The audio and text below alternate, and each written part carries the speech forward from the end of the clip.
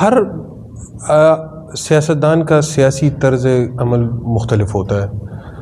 ہر سیاستدان اپنے طریقے سے چیزوں کو لے کے چلتا ہے. علی امین صاحب نے بہت کوشش کی، محنت کی اس پارٹی کے لیے. علی امین صاحب مفاہمت زیادہ چاہتے تھے.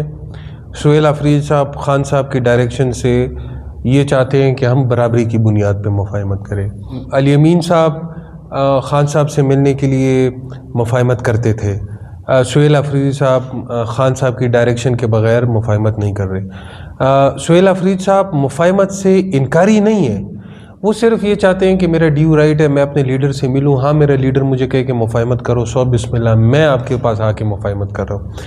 بدقسمتی سے جو دوسری پارٹی ہے وہ چاہتی ہے کہ نہیں، خان سے تمہیں ملنے نہیں دیں گے اور تم مفاہمت کرو گے، یا تم مفاہمت نہیں ہو سکتی، پھر مزاحمت ہوگی، پھر مفاہمت کا کوئی راستہ نہیں ہے. اور ہم ان سے بھی کہتے ہیں کہ دیکھیں، خان ہمارا لیڈر ہے، خان ایک دوراندیش لیڈر ہے، پوری امت مسلمہ کا لیڈر ہے. آپ کو ملاقاتیں نہیں بند کرنی چاہیے، ملاقات کرنے دیں.